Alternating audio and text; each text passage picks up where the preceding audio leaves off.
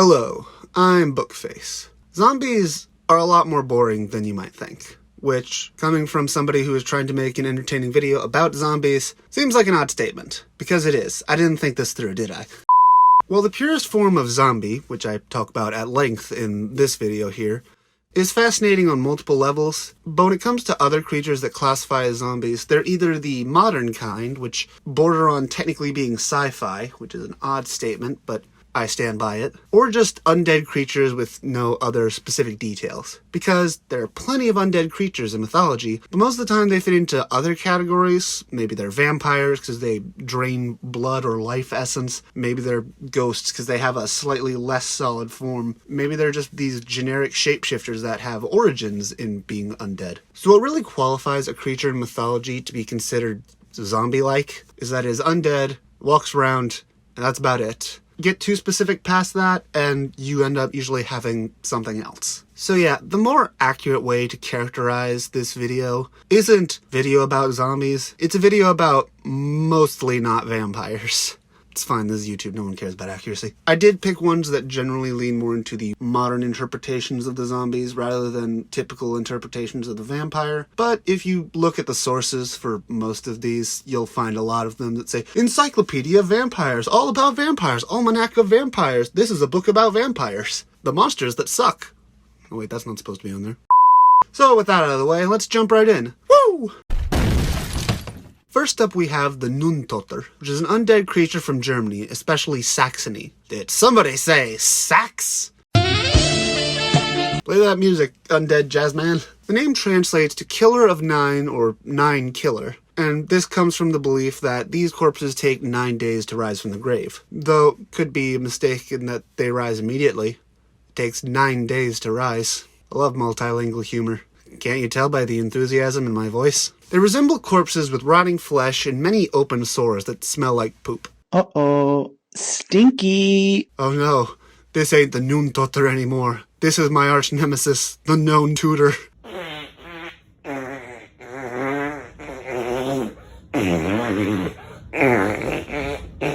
They're linked to the spreading of disease, which comes from their open sores, and because of this, they're typically seen during great epidemics. They are known to drink blood and may kill purely for their own enjoyment. Like I said, mostly not a vampire.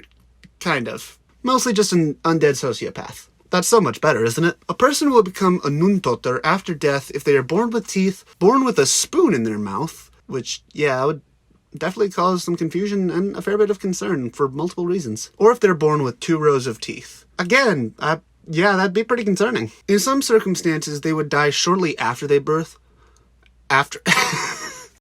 In some circumstances, they would die shortly after their birth, and they may then grab others, and then those people would die as well. Haha, tag, you're it! In the case of the spoon being in the mouth at birth, this spoon must be burned to ash and fed to the child in order to prevent them from becoming an Untoter. And now I think I know why average life expectancy used to be so low. They can be stopped through ritual exorcism and must be decapitated from 11 o'clock to midnight, and then a lemon must be shoved into the mouth of the corpse. I don't know why that feels weird, but it does. Okay, my astute observations out of the way, we're moving on now. They can also be killed if they're staked through the heart, have their heads turned backwards, and then are reburied. What was the lemon for? What does the lemon do in this? If you are interested in this somewhat spooky content and want to see more of it, check out some of my other videos and subscribe to see when I post new ones. Next we have the Akan, which is an undead creature from the Coos Native Americans. It is also incredibly hard to find information on it, so sorry that there are very few details in this next part, and probably a bit of a research rant. They're created when a ghost re-enters a corpse and then animates it. I can animate too.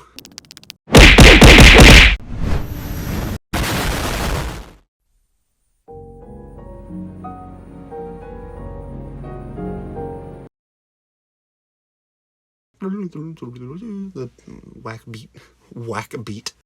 After animating the corpse, they go into the forest to commit evil, hurting humans, especially poor people. Well, no, that's just uncalled for. And then here's my addition, which I typically leave out because I'm completely unqualified to give any in-depth analysis of anything, but the info is so sparse I figured even I could add something. So, based on what I read, it's possible that these might be used as a general explanation as to why the forest was such a dangerous place. In my resource, it says that the Kus believed there were all kinds of monsters and spirits in the forest, with Ekan simply being one of them. And that brings to mind a lot of boogeyman kind of legends where people would try to keep children away from dangerous locations or situations by saying a monster would attack them if they did. Pure speculation on my part, but it makes sense to me. Don't go in the forest, there's walking corpses.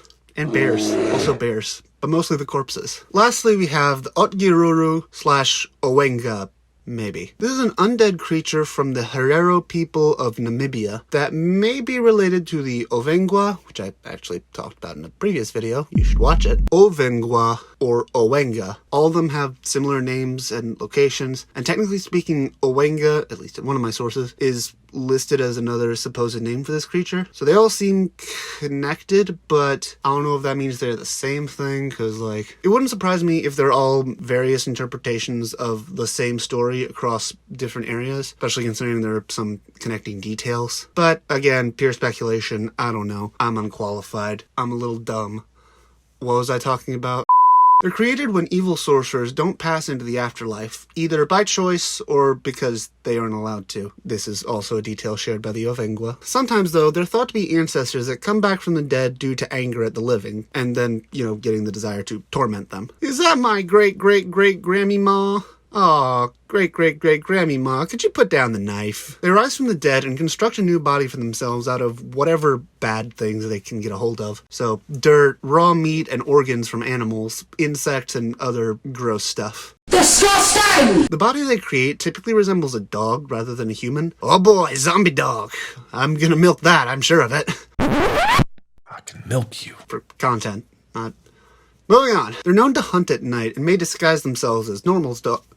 Normals? Hey, normals, you lost your dog. They're known to hunt at night and may disguise themselves as normal dogs, howling and whimpering, attacking anybody who answers. They may even make the sound of a family pet to lure people into investigating. Alright now. Now listen here, you little people. Don't you dare. They consume their victims' flesh, blood, soft tissue organs, and bone marrow. Dang, they hungry. Despite their supernatural power, they never attack more than one person at a time, and would actually run away if somebody else shows up. Coward! To kill the Otgiruru, they must be pinned down with spears and hacked to pieces. And then these cut up pieces have to be burned in separate fires so it cannot heal itself while it's, being cremated. And dang if that ain't one stubborn dog. So there are 3 different kinds of zombie-ish things. If you like this video, please leave a thumbs up, comment down below, and subscribe. If you want to learn more about these creatures and other creatures, check out my website where I put all my resources, drawings, plus a bunch of stuff that I haven't covered on the channel yet. If for some reason you think I deserve to be paid for this, I have Patreon. And I'll see you next time. Bye!